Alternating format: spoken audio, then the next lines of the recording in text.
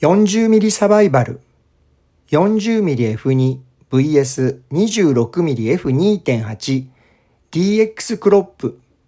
はい、皆さんこんにちは、ながチャンネルです。前回ですが、ニコンのパンケーキレンズニッコール Z26mmF2.8 を購入したので、焦点距離の近いニッコール Z28mmF2.8 は処分してしまおうかなと考えました。そこで 26mm と 28mm でサバイバル対決をしたところ、意外に 28mm という焦点距離がスナップに適していることが分かり、残すことにしました。Z26mmF2.8 を DX クロップすると、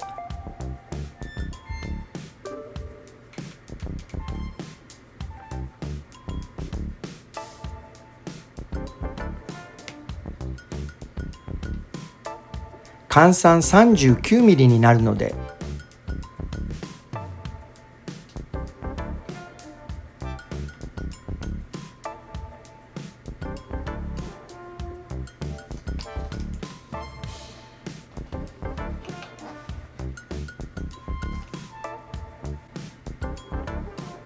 焦点距離の近いニッコール Z40mmF2SE がいらなくなるんじゃないかと考えました。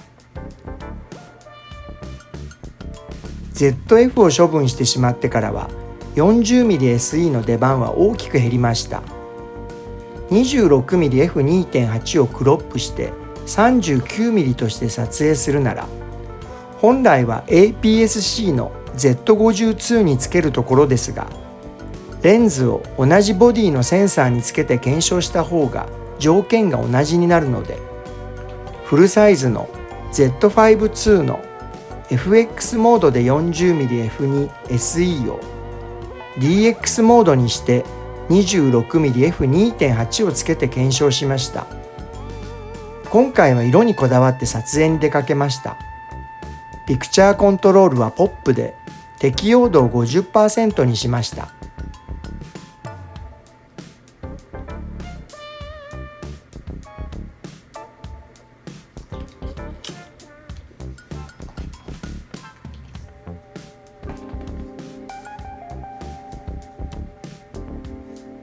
それでは Let's get started!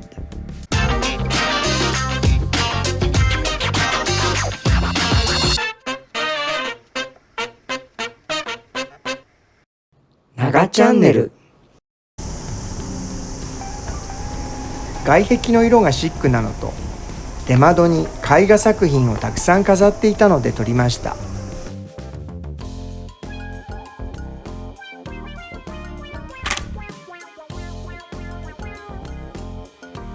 左が 40mmF2、右が 26mmF2.8 の DX クロップ。ピント面の解像感は両方とも良好です。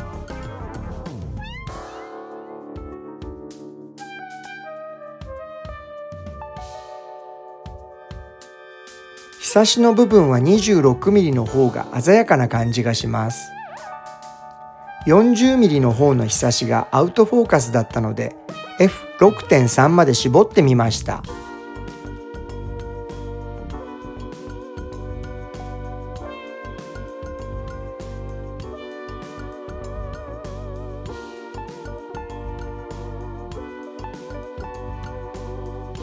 やはり 26mm の方が色が鮮やかです。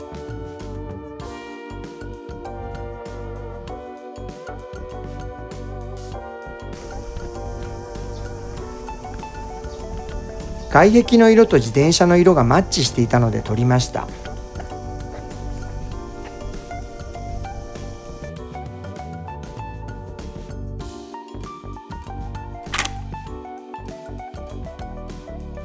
左が 40mmF2、右が 26mmF2.8 の DX クロップ。色合いも両方とも同じように撮れました。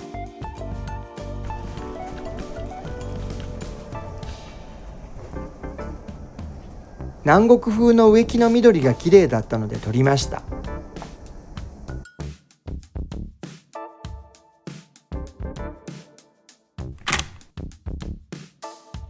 左が 40mm/F2、右が 26mm/F2.8 の DX クロップ。2本とも絞り開放です。ピント面の改造感は良好です。色合いも同じです。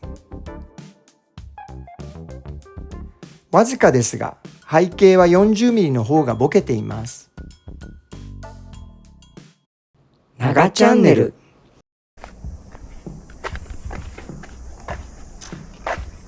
公園の遊具の色が綺麗だったので撮りました。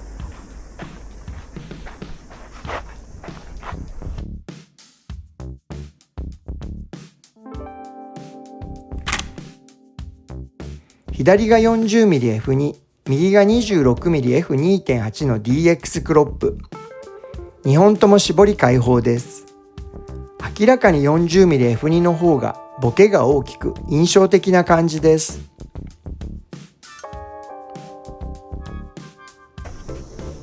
おそらくディスプレイとして空き瓶を置いているのだと思い撮影しました。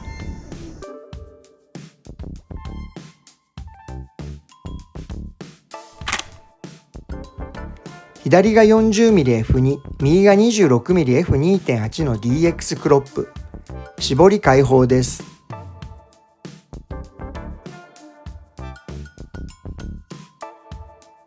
左は 40mm の F2 です。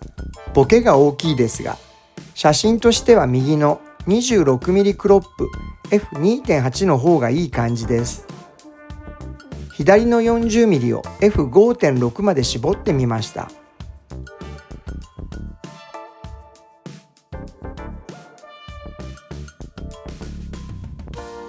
これでも 40mm/F5.6 の方が少しだけボケが大きいです。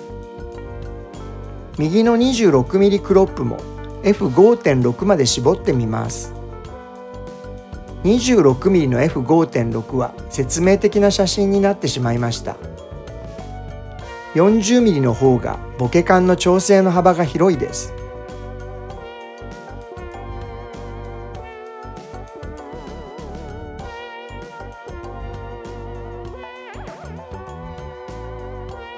色合いは4枚ともいい感じです。手前の緑の瓶の透明感が爽やかです。いつもの場所で歪みや周差を調べます。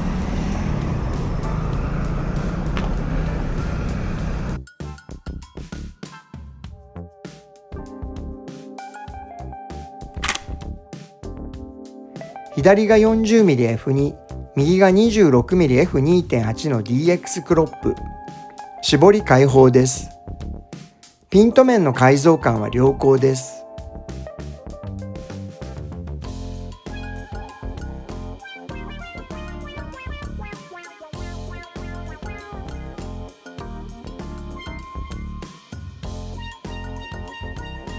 周辺部も改造していますが、40mm の方が少し歪みが出ている感じがします。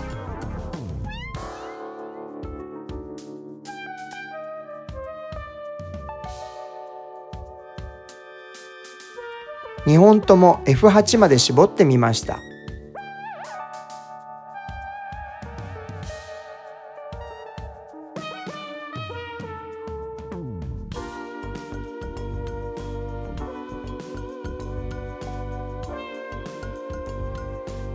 周辺までパキッとする感じです。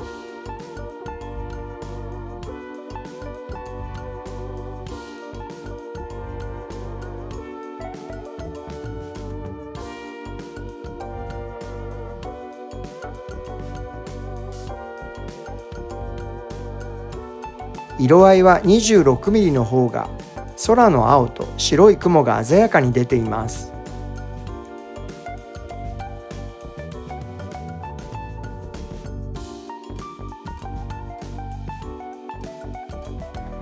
焦点距離 40mm でスナップ撮影を楽しむなら、パンケーキレンズの Z26mm/F2.8 を APS-C の Z52 につけて絞り開放でパシャパシャ撮るのが良さそうです。